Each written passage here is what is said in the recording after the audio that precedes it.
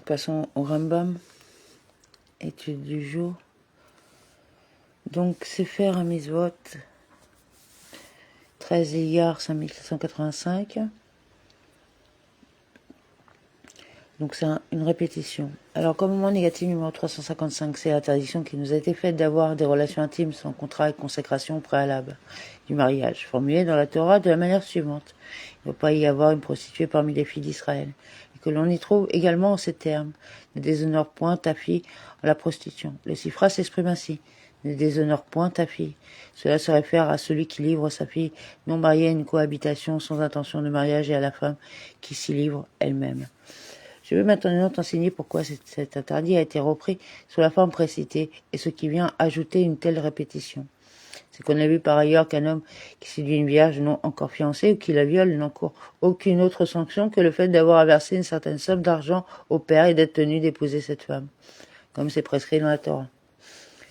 On aurait pu en déduire que, puisque la seule punition prévue pour cette infraction est de nature pécuniaire, le père peut à cet égard adopter la même conduite que dans les autres affaires d'argent et que dès lors, de même que chacun est libre de faire cadeau à son prochain de n'importe quelle somme ou de renoncer à une créance dont ce dernier est débiteur à son égard. De même, il pourrait autoriser un homme à avoir des rapports intimes avec sa fille non mariée tout en renonçant à lui réclamer le montant qui lui est dû de lui payer, à savoir les 50 cycles d'argent destinés au père de la Vierge séduite ou violée, ou à condition de lui payer telle somme d'argent. Contre un tel comportement que la Torah contient cette mise en garde. Ne déshonore point ta fille en la prostitution. En effet, le paiement d'une somme d'argent n'est prescrit que pour le cas où la Vierge non encore fiancée a été séduite ou violée, tandis que le fait de convenir ouvertement entre le père et l'homme d'une telle cohabitation est tout à fait prohibé. La Torah en donne la raison en ces termes, de peur que le pays ne se livre à la prostitution, ne soit envahi par la débauche. Effectivement, viol et séduction constituent des événements peu fréquents.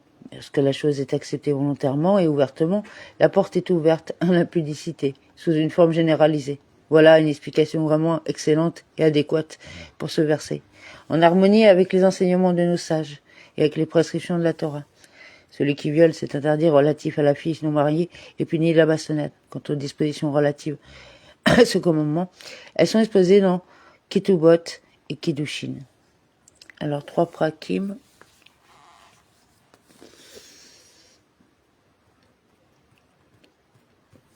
Milliards 5785, Sefer Nashim, loi relative au lien du mariage, chapitre 8. 1. Celui qui dit à une femme, voici, tu m'es consacré avec cette coupe de vin. Il se trouve que c'est du miel, avec cette coupe de miel, et il se trouve que c'est du vin, avec ce dinar d'argent. Il se trouve que c'est un dinar d'or, avec ce dinar d'or. Il se trouve que c'est un dinar d'argent. Voici, tu m'es consacré, à condition que je suis Cohen. Il se trouve qu'il est un lévite, à condition que je suis un lévite. Et il se trouve que c'est un Cohen, à condition que je suis un Natine. Et il se trouve qu'il est un Mazer, à condition que je suis un Mazer. Et il se trouve qu'il est un Natine, à condition que je suis un homme d'une petite ville. Et il se trouve qu'il habite la cité, à condition que je suis un homme qui habite une petite ville, à condition que je suis un pauvre. Il se trouve qu'il est riche, à condition que je suis un riche. Il se trouve qu'il est pauvre, à condition que ma maison est proche des termes. Il se trouve qu'elle est loin, à condition que ma maison est loin des termes. Et il se trouve qu'elle est proche, à condition que j'ai une servante ou une fille qui tresse les cheveux ou qui cuit le pain.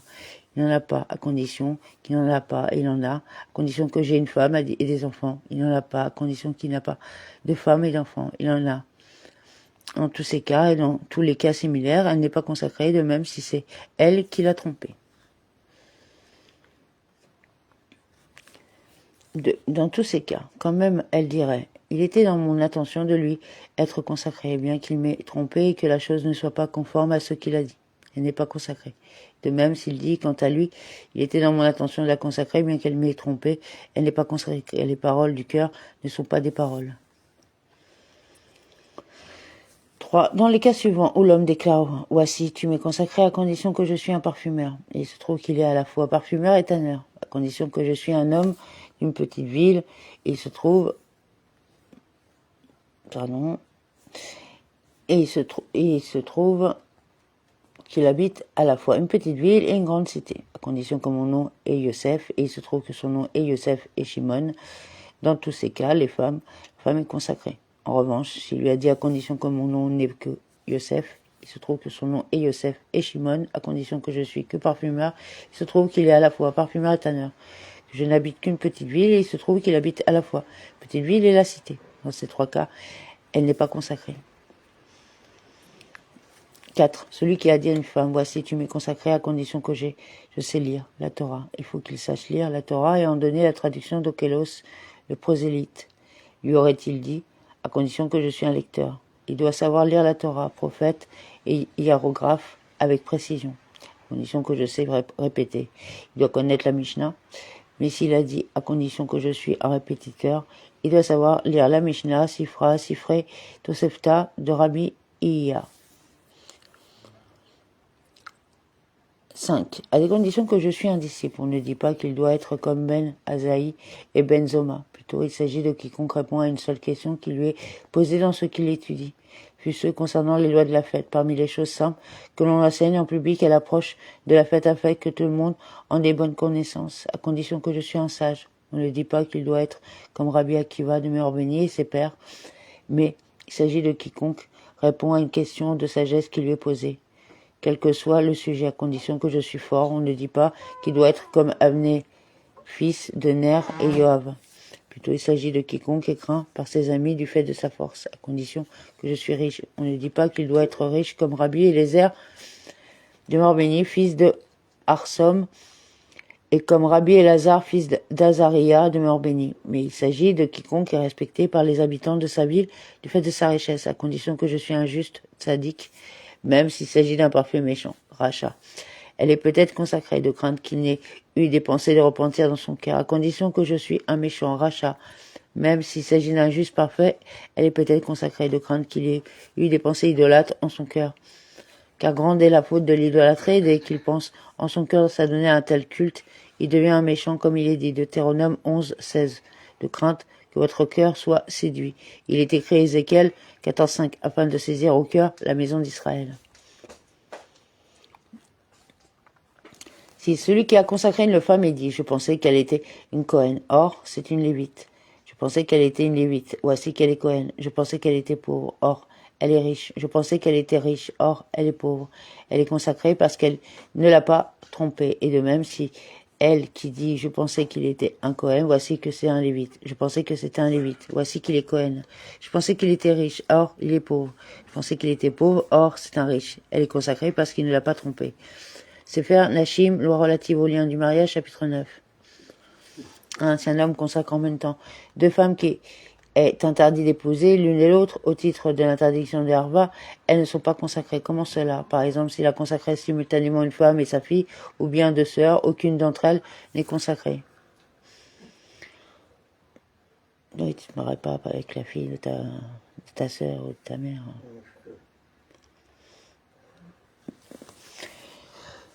Aurait-il consacré simultanément de nombreuses femmes en disant, voici, vous toutes, m'êtes consacrées.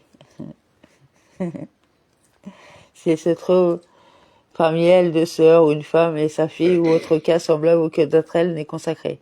Et s'il leur a dit, celle d'entre vous qui est apte à avoir des rapports avec moi m'est consacrée. Et toutes lui sont consacrées à l'exception des sœurs ou de la femme et sa fille ou autre cas semblable. Calmez-vous, calmez-vous. Et de même, s'il leur a dit, voici, vous m'êtes toutes consacrées et qu'il se trouve parmi elles une servante, une gentille ou une femme herva. Par exemple, une femme déjà liée matrimonialement ou une femme interdite au titre d'herva pour cause du lien de parenté telle sa fille, sa sœur ou autre femme semblable. Aucune d'entre elles n'est consacrée. Et s'il a dit, celle d'entre vous qui est apte à avoir des rapports avec moi m'est consacrée. Toutes lui sont consacrées à l'exception de la femme en question sur laquelle les Kiddushin n'ont pas pris.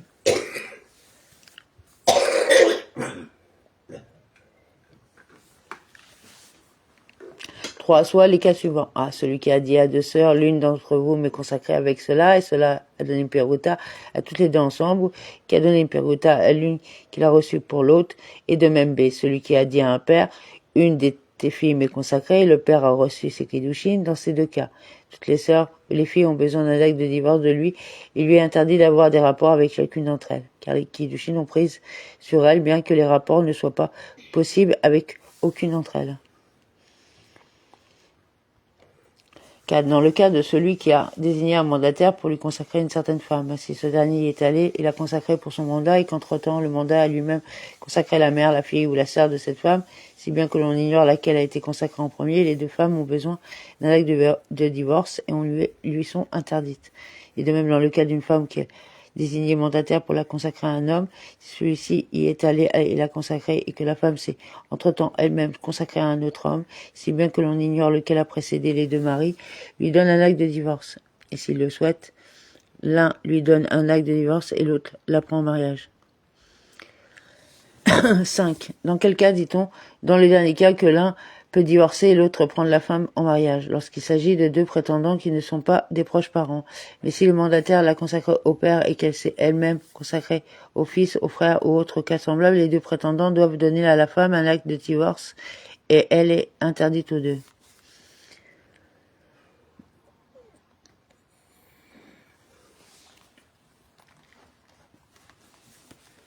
6. Soit le cas de celui qui a dit à son mandataire, sors et consacre en moi une femme. Le mandataire décède, le mandant ne sait pas s'il lui a consacré ou non une femme. Dans pareil cas, on présume qu'il a consacré pour lui une femme, car il a présomption qu'un mandataire exécute son mandat. Et dès lors que l'on ignore quelle femme il lui a consacré, toute femme ayant des proches parents constituant un interdit d'herba avec elle, lui est interdite. Par exemple, une femme qui a une fille ou une mère ou une sœur ou d'autres parents semblables, car si l'on suggère qu'il épouse celle-là, il y a à craindre que son mandataire ne lui ait consacré la mère, la sœur ou la fille de cette femme.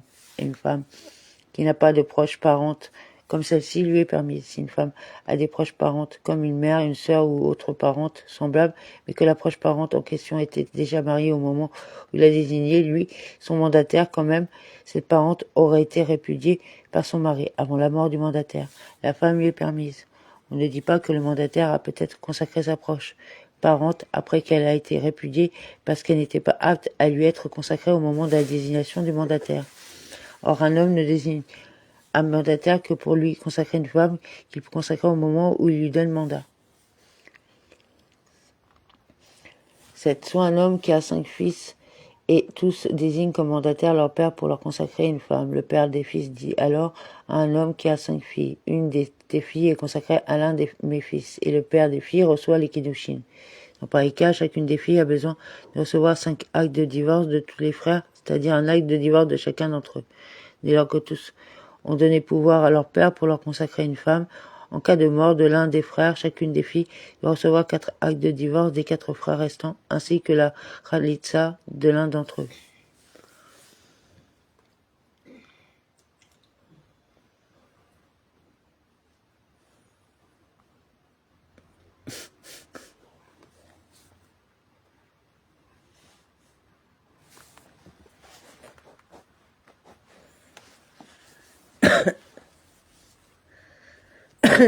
Soit un père qui est féminin ou Nahara, qui est sous son autorité, ainsi qu'une fille Bokeret, la fille Bokeret donne à son père l'autorisation de la consacrer. Ce dernier consacre sa fille sans spécification à quelqu'un.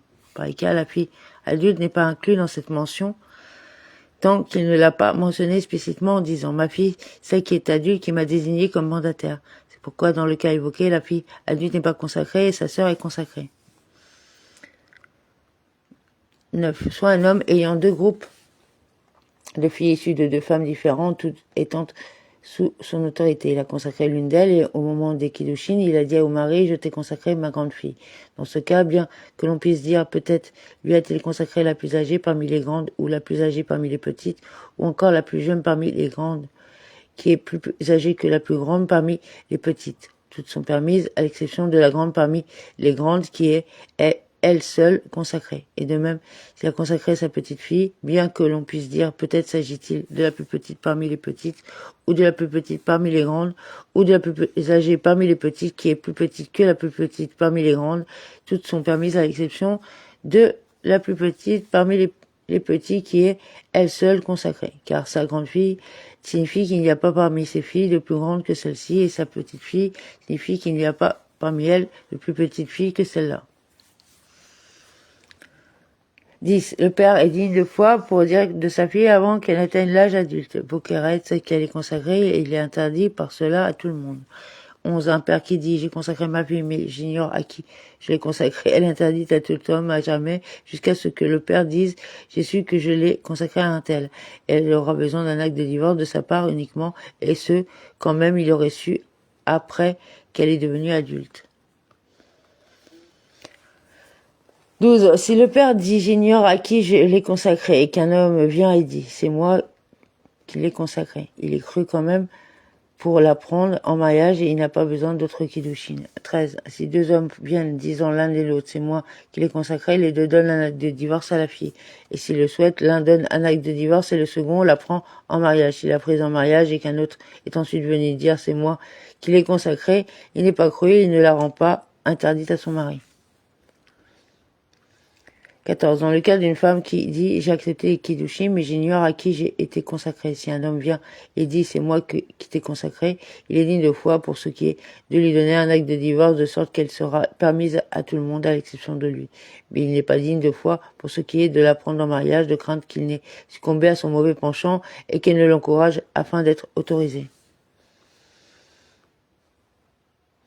15. Celui qui dit à une femme « Je t'ai consacré » et celle-ci dit « Tu ne m'as pas consacré », ses proches parents à elle lui sont interdits. Quant à elle, les proches parents de l'homme en question lui sont permises. Si elle dit « Tu m'as consacré » et qu'il dit lui « Je t'ai pas consacré », les proches parents de la femme sont permises à l'homme et les proches parents de l'homme sont interdits à la femme. S'il dit à la femme « Je t'ai consacré » et qu'elle dit ce n'est que ma fille que tu as consacrée. Les proches parents de la mère sont interdits à l'homme et les proches parents de l'homme sont permis à la mère. Les proches parents de la fille sont permis à l'homme et les proches parents de l'homme sont permis à la fille.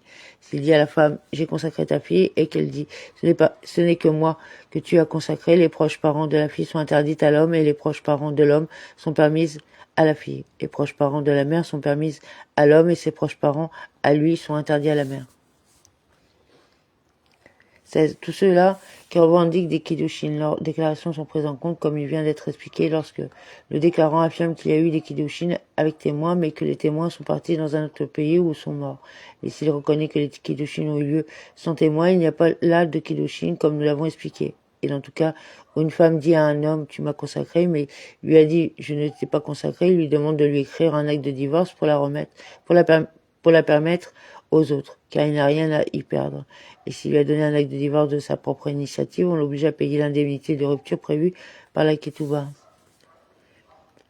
17. Dans le cas de celui qui désigne un mandataire pour lui se consacrer une femme, si ce dernier est allé et l'a consacré pour lui-même, la femme est consacrée au mandataire. Il est interdit d'agir ainsi, et quiconque fait pareille chose ou se comporte de manière semblable dans les affaires commerciales est appelé un méchant.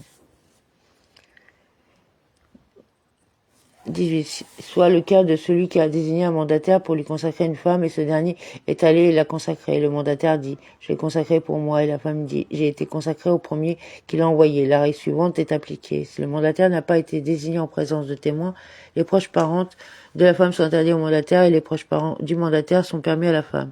Les proches parents du mandataire sont interdits à la femme et les proches parents de la femme sont permis au mandant. Et si le mandataire a été désigné devant témoin, la femme est consacrée au premier, c'est-à-dire le mandant. 19. Dans le cas où elle dit « Je ne sais pas à qui j'ai été consacré, si c'est au mandant ou à son mandataire. Si le mandataire n'a pas été désigné devant témoin, elle est consacrée au second, c'est-à-dire au mandataire. Et s'il a été établi qu'il est son mandataire, c'est-à-dire qu'il a été désigné devant témoin, tous deux, c'est-à-dire le mandant et le mandataire donnent un acte de divorce à la femme. Et s'il le souhaite, l'un donne un acte de divorce et l'autre prend la femme en mariage. 20. Soit le cas suivant, une femme a désigné un mandataire pour la consacrer à un homme. Celui-ci est parti et l'a consacré à un homme, mais alors qu'il était en route, la femme a annulé le mandat et s'est rétractée et l'on ne sait pas si la rétractation de la femme a eu lieu avant que le mandataire ne reçoive pour elle les kiddushin ou bien après les kiddushin. Dans pareil cas, elle peut être consacrée et il en est de même dans le cas d'un homme qui a désigné un mandataire et s'est rétracté. 21. Celui qui a consacré une femme parmi 5 et ne sait pas laquelle il a consacré et chacune dit « C'est moi qui l'a consacré », les proches parentes de toutes ces femmes lui sont interdites. Il donne un acte de divorce à chacune, laisse la somme d'argent correspondant à une seule indemnité de rupture qui tout bas entre elles et se retire. Et s'il a procédé à la consécration par des rapports charnels, les sages l'ont pénalisé et obligé à ce qu'il paie l'indemnité de rupture qui tout bas à chacune. Il s'agit du cas où l'on sait que la ketouba qu'il a écrit à l'une d'entre elles a été perdue et chacune dit « C'est moi que tu as consacré, tu m'as écrit une ketouba et la ketouba a été perdue ». 22. S'il se répand à propos d'une femme le bruit qu'elle est consacrée à un tel, elle est présumée consacrée, bien qu'il n'y ait pas de preuves claires et toute rumeur qui n'a pas été établie au tribunal, on n'y prête pas attention. Quelle est la rumeur qui a été établie au tribunal? Par exemple, deux témoins sont venus au tribunal et ont témoigné avoir vu des bougies allumées, des lits faits, des gens entrant et sortant, des femmes se réjouissant pour elle et disant un tel a été consacré aujourd'hui. Si les témoins les ont entendus dire un tel sera consacré aujourd'hui, on n'y prête pas attention car peut-être ont-ils prévu la consécration le jour en question sans qu'elle soit finalement consacrée, tant qu'ils n'ont pas entendu qu'elle a été consacrée. Et de même, si deux sont venus et ont dit nous avons vu comme des réjouissances d'engagements matrimoniaux et Rossine, nous avons entendu des échos de joie et nous avons entendu d'un tel qu'il a entendu d'un tel que telle femme a été consacrée par devant tel et tel témoin. Mais ces derniers sont partis dans un autre pays ou sont morts. C'est là une rumeur qui fait qu'elle les présumée consacrée. 23. Dans quel cas cela s'applique-t-il lorsqu'il n'y a pas de facteur qui atténue la rumeur? Toutefois, s'il y a une réserve, qu'ils ont entendu cette réserve au moment où ils ont entendu qu'elle a été consacrée, elle n'est pas présumée consacrée. Qu'est-ce qu'une telle réserve? Telle femme a été consacrée sous une condition, ou par des kiddushin faisant l'objet d'un doute. Elle n'est pas présumée consacrée, plutôt on interroge la femme et on s'en remet à ses paroles dès lors qu'il n'y a pas de preuve claire ni de rumeur ferme. 24. Si la rumeur qu'elle a été consacrée à un tel a couru et que quelques jours après une réserve a été formulée, on applique la règle suivante. Si cela paraît vraisemblable, au tribunal on s'appuie sur la réserve et elle n'est pas présumée consacrée. Et sinon, étant donné que la réserve n'a pas été formulée lorsque les kiddushin ont été entendus, on ne prête pas attention à cette réserve. Qu'est-ce que t'as? 25. On rapporte l'histoire d'une femme à propos de laquelle circula une rumeur qu'elle avait été consacrée au fils d'un tel. Un certain temps après, on interrogea son père et il dit « Elle lui a été consacrée sous telle condition et cette condition n'a pas été accomplie. Les sages ne s'en remirent pas à ses paroles et ils dirent « Il y a doute si elle est consacrée comme s'il n'y avait pas de réserve atténuant la rumeur. » 26. Si une rumeur circulait à propos d'une femme disant qu'elle est consacrée à un tel et qu'un second est venu et l'a consacrée devant nous, on vérifie les kiddushin du premier qui sont rapportés par une rumeur. Si des témoins viennent avec une preuve claire qu'elle est consacrée au premier, les kiddushin du second n'ont aucune valeur. Et sinon, le premier dont les kiddushin sont rapportés par une rumeur divorce et le second dont les kiddushin sont certains prendre la femme en mariage. Si le second a divorcé, le premier ne prendra pas la femme en mariage, de crainte que les gens ne disent il a repris celle qui lui était liée matrimonialement et qu'il a répudiée après qu'elle a été liée matrimonialement à un autre. Si la rumeur s'est répandue qu'une certaine femme est consacrée à un tel et qu'une autre rumeur comme la première s'est répandue que cette femme est consacrée à tel autre, l'un écrit un acte de divorce et l'autre la prend en mariage, celui-là pouvant être tant le premier que le dernier. 28. Dans un endroit où certains ont l'usage d'envoyer des cadeaux à une femme liée matrimonialement après ses engagements matrimoniaux et Roussine, si des témoins viennent et témoignent avoir vu des cadeaux qui ont été apportés à une femme, on craint qu'elle n'ait été consacrée et elle a besoin d'un acte de divorce du fait du doute, bien que la majorité des habitants de la ville n'envoient des cadeaux qu'avant les Roussines, et là où tout ont usage est d'abord envoyer des cadeaux et ensuite précéder à la consécration. Si les témoins ont vu des cadeaux, on ne craint pas qu'elle ait été consacrée. Dans le cas où la rédaction de l'acte de ketubah d'une femme a été établie, la règle suivante est appliquée. Si certains habitants de la localité ont l'usage de procéder au kiddushin et ensuite d'écrire la ketubah, on craint qu'elle n'ait été consacrée. Même s'il n'y a pas là de scribe, on ne dit pas peut-être est-ce parce qu'il a trouvé un scribe qu'il a au préalable écrit à la ketubah. Et si les habitants de la localité ont tous l'habitude d'écrire la ketubah avant les kiddushin, on ne craint pas que cette femme soit consacrée. Si deux déclarent « nous l'avons vu être consacré tel jour » et que deux autres disent « nous ne l'avons pas vu bien que tous habitent dans une seule et même cour, elle est consacrée » car l'affirmation « nous ne l'avons pas vu » ne constitue pas une preuve, l'habitude des gens étant de procéder au kiddushin discrètement. 31. Si un témoin dit celle-là est consacrée et qu'elle dit je n'ai pas été consacrée, elle est permise. Si un témoin dit elle est consacrée et un autre témoin dit elle n'est pas consacrée, elle ne se marie pas avec un autre. Mais si elle s'est mariée avec un autre, elle ne partira pas. Dès lors qu'elle dit je n'ai pas été consacrée, si elle dit je suis consacrée et qu'après un certain temps elle a pris l'initiative de se consacrer, la règle suivante est appliquée. Si elle donne une raison à ses paroles et dit c'est pour telle et telle raison que j'ai dit au début que j'étais consacrée et que l'on voit que ses propos sont pertinents, elle est permise au second. Mais si elle ne donne pas de raison à sa première déclaration ou si elle en donne une mais qu'elle n'est pas pertinente, elle est interdite. Les kiddushin du second font l'objet d'un doute. pourquoi ce dernier lui donne un acte de divorce et elle sera interdite à lui et à tout le monde jusqu'à ce que vienne celui à qui elle est liée matrimonialement. Et de même, une femme qui est venue et a dit « Je suis une femme mariée » et qui s'est ensuite rétractée et a dit « Je suis célibataire » et elle a fourni une raison à sa déclaration initiale et que ses propos sont pertinents, elle est crue et elle peut se marier. C'est vers Nashim, loi relative au lien du mariage, chapitre 10. Une femme qui est seulement liée matrimonialement à Roussa est interdite à son mari par ordre rabbinique tant qu'elle est dans la maison de son père. Et celui qui a des rapports avec la femme qui lui est liée matrimonialement dans la maison de son beau-père, on lui administre Makamatrout. Et même s'il a consacré matrimonialement par des rapports, il lui est interdit d'avoir une seconde fois des rapports avec elle jusqu'à ce qu'il l'emmène dans sa maison, s'isole avec elle et la sépare pour lui. Cet isolement est appelé l'entrée sous la houpa. Et c'est ce que l'on appelle partout Nisuin.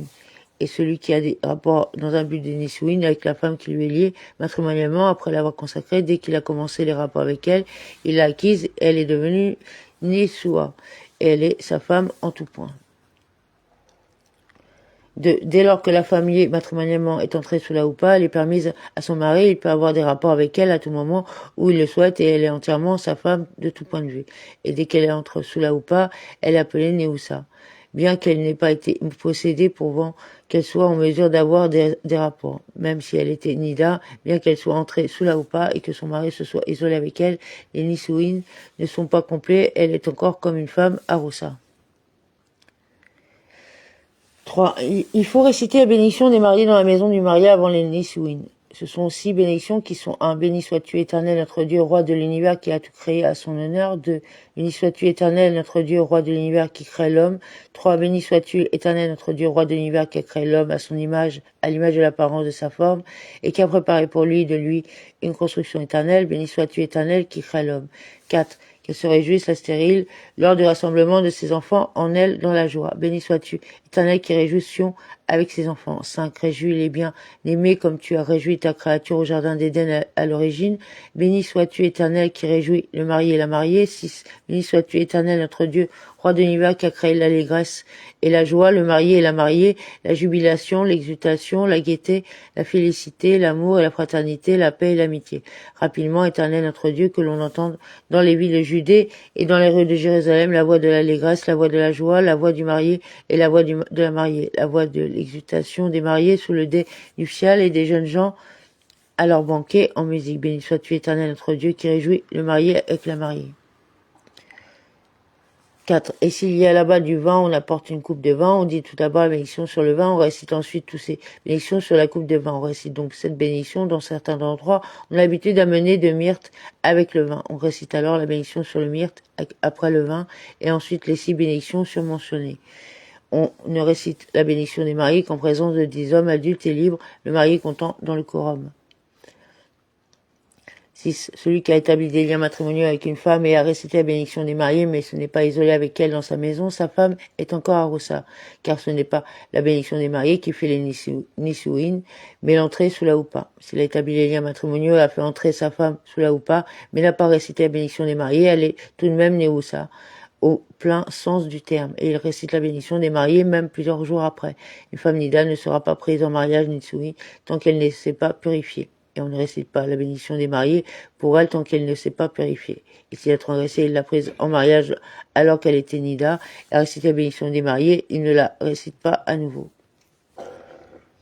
7. Il faut écrire la ketouba avant l'entrée sous la houpa, et c'est après que la femme sera permise à son mari. C'est le marié qui paye les honoraires du scribe. Quelle somme doit-il inscrire pour sa femme dans la ketouba au titre d'indemnité de rupture en cas de dissolution du mariage? Si elle est vierge, il n'inscrit pas moins de 200 dinars pour elle. Et si elle est déflorée, on n'inscrit pas moins de 100 dinars pour elle.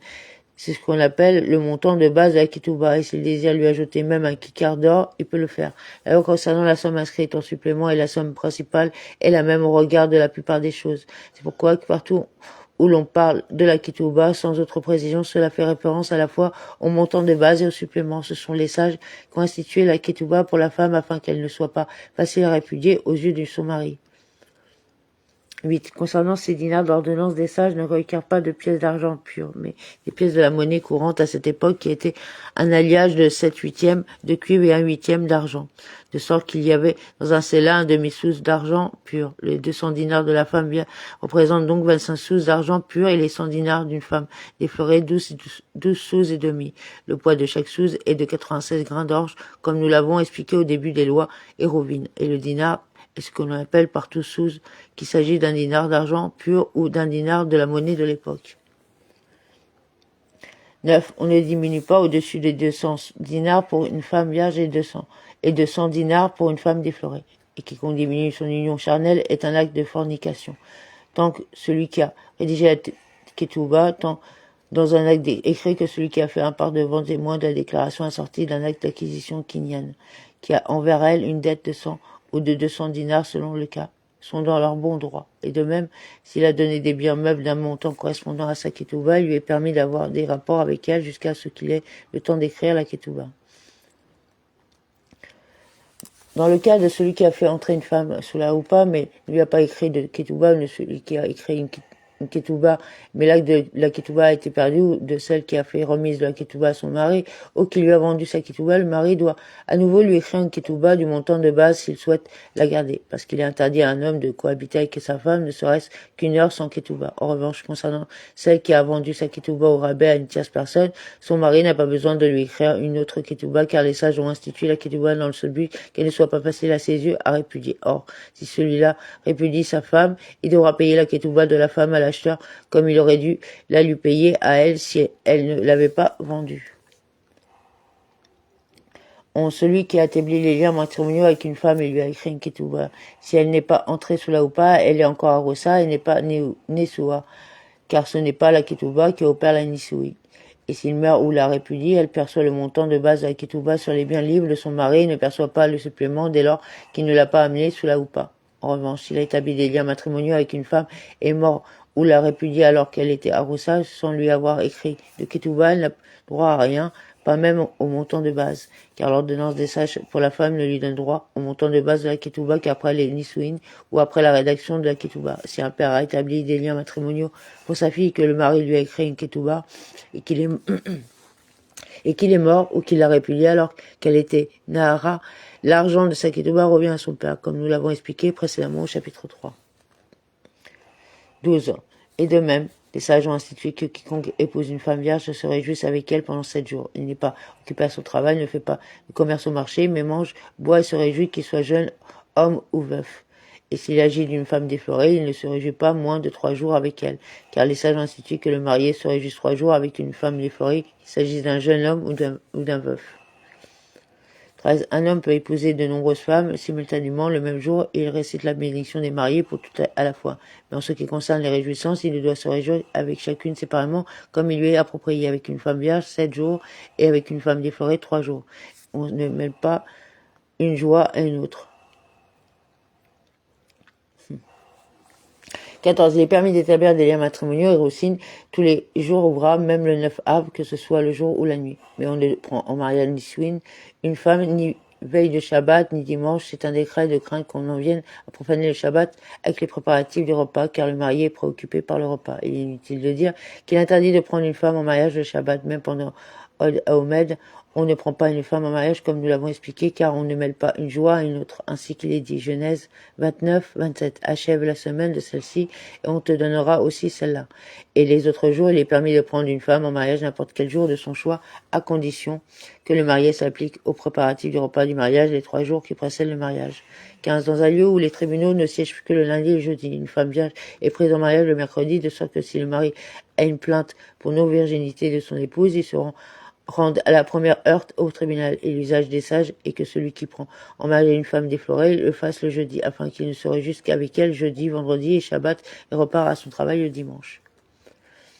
C'est celui qui a établi des liens matrimoniaux pour sa fille mineure, le mari la demande en mariage, Niswin, elle comme son père peuvent s'opposer à ce qu'elle soit prise en mariage avant qu'elle soit majeure et devienne Nahara.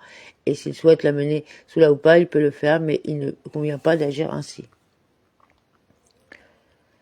17. S'il a établi les liens matrimoniaux avec elle, il a attendu plusieurs années, il la demande en mariage Niswin alors qu'elle est jeune fille Nahara. On donne à celle-ci 12 mois à compter du jour de la demande pour s'apprêter et préparer ce dont elle a besoin pour elle, et ensuite elle sera prise en mariage. S'il l'a demandé en mariage après qu'elle est devenue adulte Bokeret, on lui donne 12 mois depuis le jour où elle est devenue adulte. Et de même, s'il a consacré matrimonialement le jour où elle est devenue adulte Bokeret, on lui donne à elle 12 mois depuis le jour de la consécration matrimoniale, qui est le jour où elle est devenue adulte. L'aura-t-il consacré après qu'elle est devenue adulte? Si 12 mois sont passés depuis qu'elle est devenue adulte avant qu'elle ne soit consacrée, on ne lui donne que 30 jours depuis le jour de la demande. Et de même, une femme déflorée qui a été consacrée, on lui donne 30 jours depuis le jour de la demande. De même que l'on donne un temps à la femme depuis le moment où le mari l'a demandé en mariage pour qu'elle se prépare avant d'être prise en mariage. De même, donne-t-on un temps à l'homme pour se préparer depuis le moment où la femme l'a demandé. Combien de temps lui donne-t-on? Comme ce qu'on lui donne à elle. Si elle a le droit à 12 mois, on lui donne 12 mois. Et si elle a le droit à 30 jours, on lui donne 30 jours. Si le temps a été imparti, à l'homme est arrivé à échéance et qu'il ne l'a pas prise en mariage, il lui est tenu de la nourrir, bien qu'il ne l'ait pas amenée sous la houpa. Et si l'échéant arrive dimanche ou veille de Shabbat, il ne lui fournit pas d'aliments ce jour-là parce qu'il ne peut pas l'amener sous la houpa. Et de même, si lui, elle tombe malade, si elle a ses règles lorsque l'échéance arrive, il ne lui fournit pas d'aliments parce qu'elle n'est pas apte à se marier tant qu'elle ne s'est pas purifiée ou qu'elle n'est pas guérie. Et de même, lui ne peut pas épouser une femme avant d'avoir guéri. Amen.